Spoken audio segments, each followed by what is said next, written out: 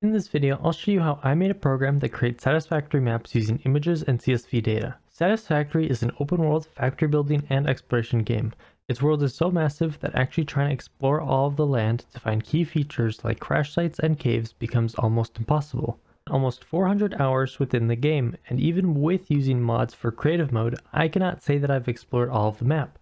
Plus, with new updates coming out, more of the map changes, so crash sites and caves may move or be generated as a result. Because this program creates maps that are representative of the world, this program is beneficial for those who want to know more about crash sites around the world, even before they've started to explore. These maps even had a huge influence with the speedrunning community, since it shows vital items around the map that can easily be picked up in order to play the game faster. Luckily, there are websites out there that show the locations of the crash sites. The one thing that the websites lacked was showing what resources are actually around the crash sites, which was the goal of this project. This program uses a satisfactory map along with images representing different items that can be found around the world, and it processes some CSV data and determines how we can handle drawing and placing item stacks. There are two CSV files that I used in order to generate the maps.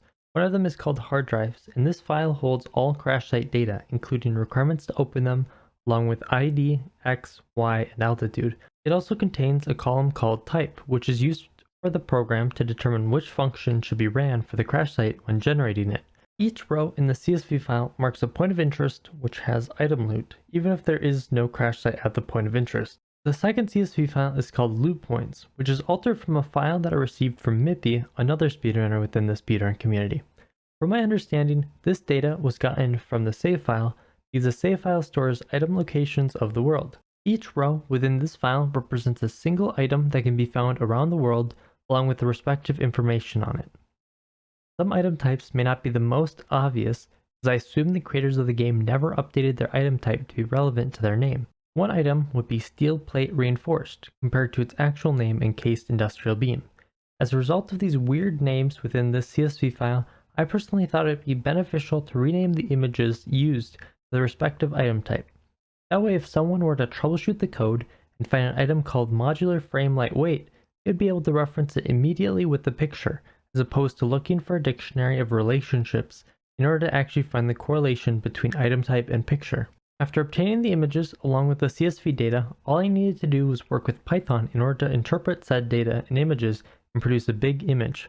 For this Python program, I utilized Matplotlib and NumPy in order to actually create graphics. I used pandas in order to read and process CSV data. I also used some built-in libraries in order to make the Python program look nicer. The Python program ended up as 3 different files, the first one being main, which is the main Python file to be ran that interacts with the other two. Graphics was the second one, which handles all of the drawing, and then data was the third, which handles all of the data transformation and reading. As an end result from working on this project, we ended up with a couple of nice maps that had necessary information that could aid community members. A couple of options for map creation included being able to see the total item count per crash site or seeing the amount of item stacks to pick up around a crash site. The crash site could also have its crash site ID, requirements to open it, or the amount of points we would get if we sunk all of the loot around it into an awesome sink. The code repository was quite small, but if it gets the job done, then that's all that matters. If you'd like to check out the code repository, which includes the full-size images and CSV data, feel free to check out the repo and readme. Link will be in the description. If you made it this far, thanks for watching.